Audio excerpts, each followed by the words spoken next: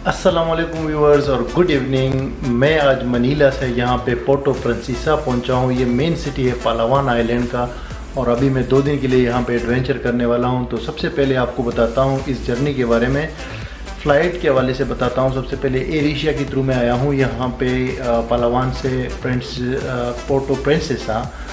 तो ये तकरीबन 1 घंटे की फ़्लाइट थी और यहाँ पे फ़्लाइट्स थोड़ी सी महंगी है बनिस्बत थाईलैंड मलेशिया की।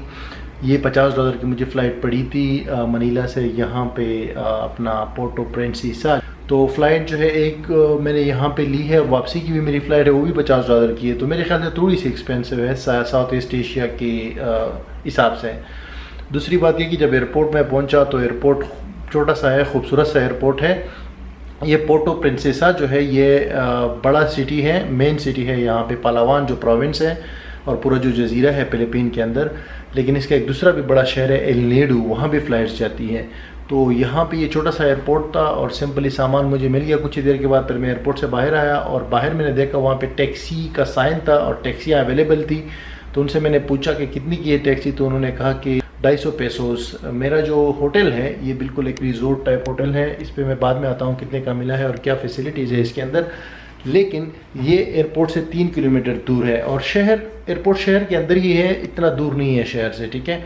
तो बेसिकली टैक्सी वाला 250 पैसों मांग रहा था। तो फिर मैंने थोड़ा आगे गया तो वहाँ पे मुझे ट्राईसाइकिल्स यहाँ की लोकल सवारी है जो मोटरसाइकिल से बनी हुई चिंची टाइप एक रिक्शा टाइप है जिसको साइकिल कहते हैं यहाँ पे, वो यहाँ पे 120 रुपये में आई है। तो डिपेंड करता है कि आपका होटल कितना दूर है एयरपोर्ट से, उस हिसाब से वो चार्ज करते हैं। मेरा तो 3 किलोमीटर दूर था तो मुझसे तो उसने 120 रुपये 150 मांगे, तो 120 में हमारी बात हो गई। तो मैं ट्राईसाइकिल में आया हूँ यहाँ पे अपने होटल। रास्ते में छोटा सा शहर है, बहुत खूबसूरत है रास्ता, बहुत ही खूबसूरत, छोटे छोटे रोड्स और बहुत ग्रीनरी, ट्रीज़ वगैरह और खामोशी और बहुत खूबसूरती थी। तो अपने होटल पहुंचा हूँ, यहाँ पे मैंने चेक इन किया है फौरी तौर पे। अब आते हैं बात करते हैं इस होटल के बारे में। ये होटल जो है ये बेसिकली रिजोर्ट टाइप है, बहुत खूबसूरत है। ये बिल्कुल सिटी के अंदर वाक़या है। इसका नाम जो है, क्योंकि मैं भूल गया हूँ अभी वीडियो बनाते हुए मैं भूल गया हूँ, लेकिन स्क्रीन पे मैं शो कर रहा हूँ। तो ये जो होटल है बेसिकली ये मैंने agoda.com से परचेज़ किया था। तो आप भी agoda से परचेज़ कर सकते हैं, लिंक डिस्क्रिप्शन में मौजूद है, तो वहाँ पे जाके अभी परचेज़ कर सकते हैं। ये सिर्फ $30 का मुझे पड़ा था और मेरे ख्याल से एक अच्छी डील है क्योंकि इसके अंदर एक कॉन्टिनेंटल ब्रेकफास्ट भी शामिल है और काफ़ी अच्छा होटल है। आपको मैं दिखा देता हूँ। ये इसके अंदर देखिए, ये डबल बेड्स हैं, 2 बेड्स है सेपरेट और इसके अंदर ये कॉफ़ी वगैरह अवेलेबल है, एयर कंडीशन है। तो एक्चुअली हुआ ये कि थोड़ी सी मेरी रिसर्च जो है गलतफहमी हो गई थी।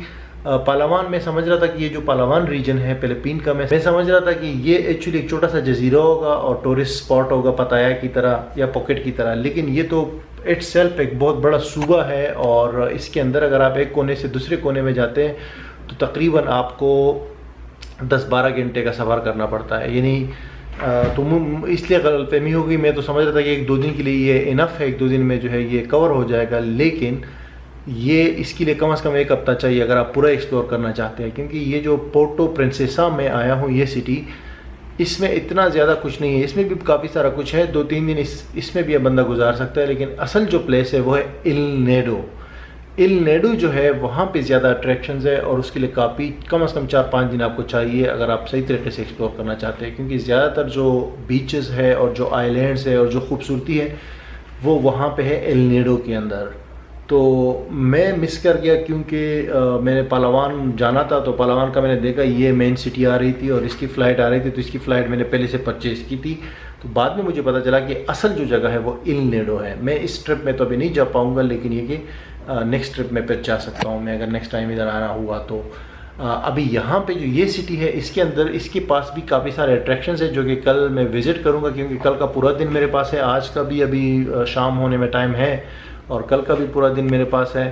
तो कल का पूरा दिन का मैं ट्रिप लूँगा। अब कौन सा ट्रिप लेता हूँ, क्योंकि 3-4 ट्रिप्स अवेलेबल है, लेकिन मेरा अपना इरादा है कि मैं वो जो यहाँ पे एक अंडरग्राउंड रिवर है, समंदर के अंदर अंडरग्राउंड जो है, ऊपर पहाड़ है नीचे रिवर है, जिसको जो दुनिया के 7 जो अजूबे है नेचुरल, उसके अंदर ये भी शामिल है। तो मेरा इरादा है कि मैं वो कर लूँ, लेकिन अभी देखता हूँ कि कौन सा मैं बुक करता हूँ।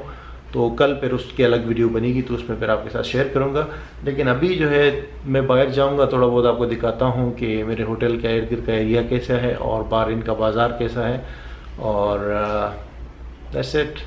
ये लोग टूर्स भी जो है यहाँ से आप टूर्स भी बुक कर सकते हैं। अभी मैंने टूर एक बुक किया है यहाँ से, तो कल मैं बताऊँगा कितने का किया है और कैसा टूर है।